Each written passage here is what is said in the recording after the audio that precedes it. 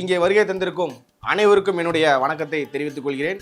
இந்த ஒரு மாமன்றத்தில் இந்த ஒரு கவுன்சிலர் மீட்டிங்ல வந்திருக்கிற நீங்க எல்லாரும் உண்மையாலுமே எனக்காகன்ற தாண்டி தலைவருக்காக தான் நீங்க வந்திருக்கீங்க.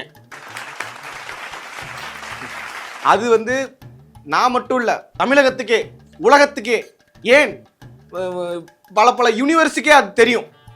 ஏன்னா தலைவர் நமக்காக எவ்வளவோ பண்ணியிருக்காரு. நமக்காக இல்ல, எளிய மக்களுக்காக, ஏழைகளுக்காக எவ்வளவு பண்ணியிருக்காரு. அதுதான் நம் தலைவர். அது மட்டும் இல்ல, இப்போ நம்ம உண்மையா உழைச்சிக்கிட்டு இருக்கோம். அதை நான் இந்த இடத்துல தெளிவா நான் சொல்லிக்கிறேன். நம்ம எவ்வளவு உண்மையா உழைக்கிறோம்ன்றது இங்க இருக்கிற ஒவ்வொருத்தருக்கும் தெரியும். இன்னொரு முக்கியமான விஷயம், நம்ம எல்லாருமே இங்க உண்மையா உழைச்சிக்கிட்டு இருக்கோம். உண்மை, உழைப்பு, உயர்வு, அதுதான் நம்ம சூரியன் கட்சி.